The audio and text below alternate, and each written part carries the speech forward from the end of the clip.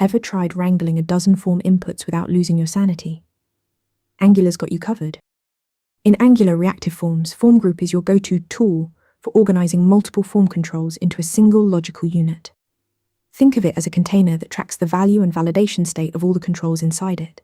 This makes complex forms way easier to manage, whether you're building a login form or a multi-step wizard.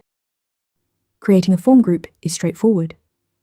In your component, you instantiate a form group and pass in an object where each key is a control name and each value is a form control instance. Angular tracks all these controls together, giving you a single source of truth for your form state.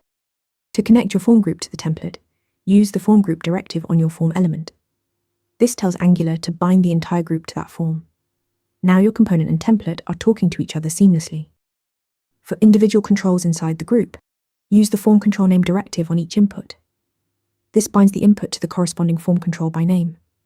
Angular automatically syncs values and validation between your component and the template. For complex forms, you can nest form groups inside other form groups. Or use FormArray when you need dynamic lists of controls, like adding multiple phone numbers. Angular's reactive forms scale beautifully.